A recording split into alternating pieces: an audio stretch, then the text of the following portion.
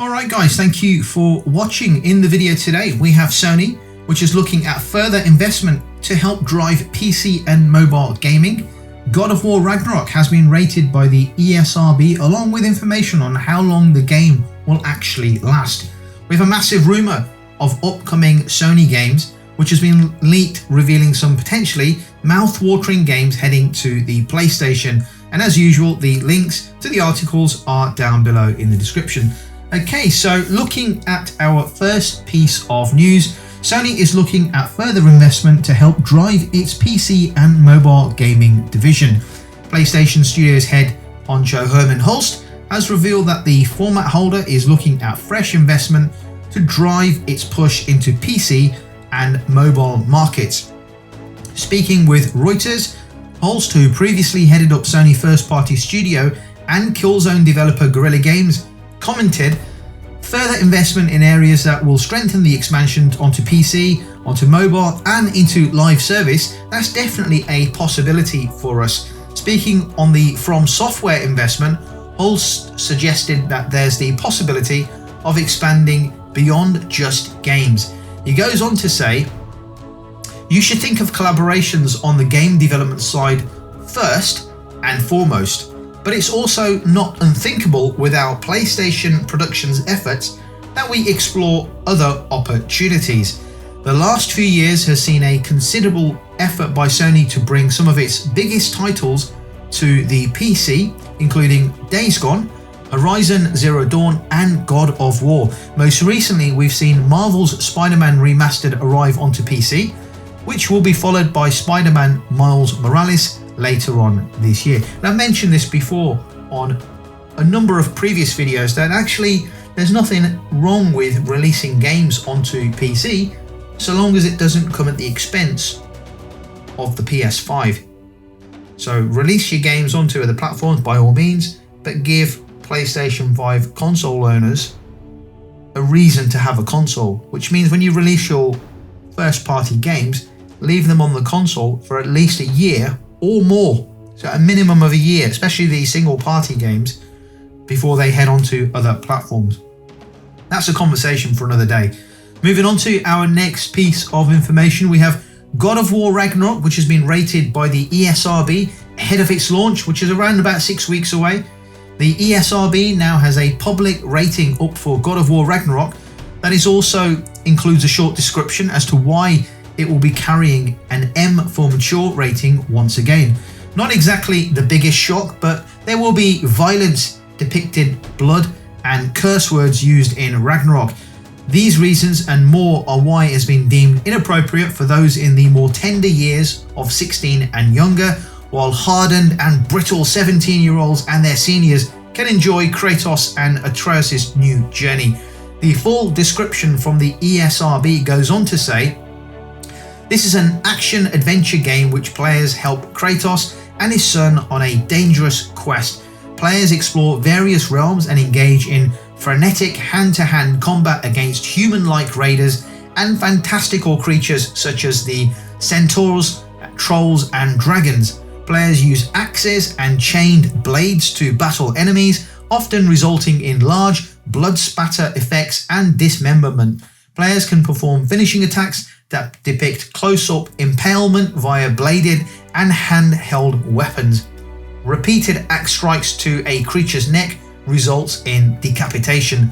The words fuck and shit are heard in the game. It sounds absolutely brilliant and I can't wait." So sticking with the God of War Ragnarok theme, God of War Ragnarok game length has reportedly been announced at around about 40 hours. Sony Santa Monica Studios' highly anticipated God of War Ragnarok will reportedly clock in at approximately 40 hours in length, and that's according to a report on Insider Gaming.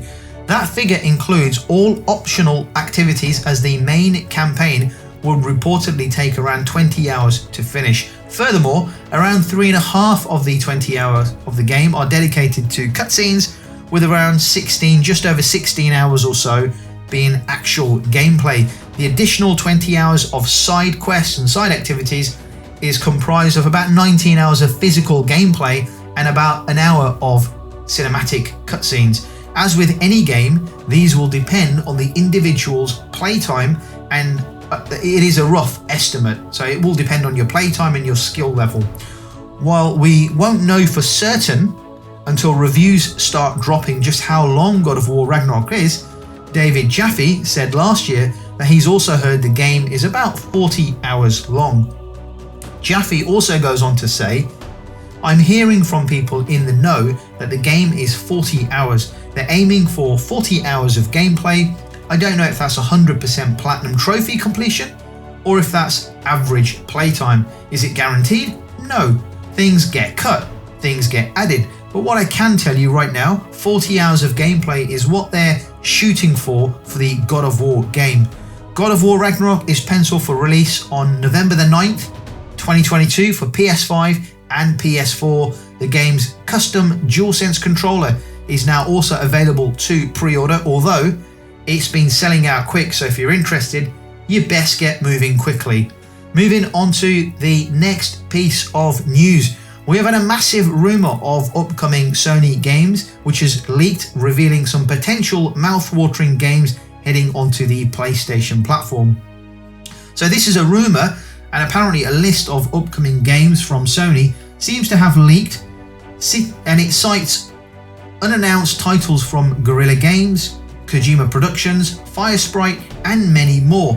It seems there's a massive problem somewhere at Sony, as a list of unannounced titles to come from Sony Interactive Entertainment seems to have leaked online. This list could also potentially be the same one that website Gamatsu saw, as it referenced a list of titles in its reports on the Horizon remake rumors. Practically every game mentioned is only referred to by a codename, though there are known titles on the list, such as Sackboy coming to PC and ports we've heard of like the all but confirmed Returnal coming to PC. However, for the titles coming from Kojima Productions, Firesprite, Sumo Digital, Ballistic Moon, and London Studio, codenames are used all around. Now, there is a full list of the studios mentioned, and those are as follows. So from Guerrilla Games, Horizon Forbidden West DLC, PS5 remaster, Horizon Forbidden West PC port, and a Horizon Online multiplayer games as a service, which will come out on the PS5 and PC. From Firesprite, we have a game codenamed Heartbreak, which will be available on the PS5 and the PC, and that's a survival horror game. From Sumo Digital, we have Carbon, which is available on the PS5, which is an open world game and is also a multiplayer game. Lucid Games have a game called Red Star, available on the PS5, a vehicle combat game, and it's also a multiplayer game. Kojima Productions has a game called Ocean, which is a PS5 open world game.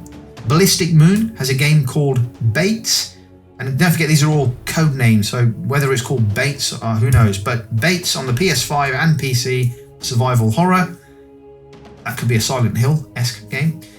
London Studio has a game called Camden, PS5 and PC, and that's a multiplayer game. There's no longer a link available to the original 4chan post, although we've heard about some of these titles. Everything else is very much unconfirmed, so take that list with a pinch of salt if you believe in that kind of stuff. So just take it with a pinch of salt. It's also worth mentioning that the studios listed are already rumored to be working on games of the genres mentioned previously, so survival horror, open world, multiplayer. Those studios have already been linked to those types of games, but make of it what you want. We know Sony is sitting on an absolute mountain of games, haven't been announced yet, and it goes to question whether they're saving up for some kind of an event or a showcase to announce some of these games, but time will tell. Time will certainly tell. Okay guys, that's going to do it for the video. Thank you for watching. On your way out, do me a favor, hit the like, bell and subscribe buttons. Thank you for watching, and I'll catch you on the next video.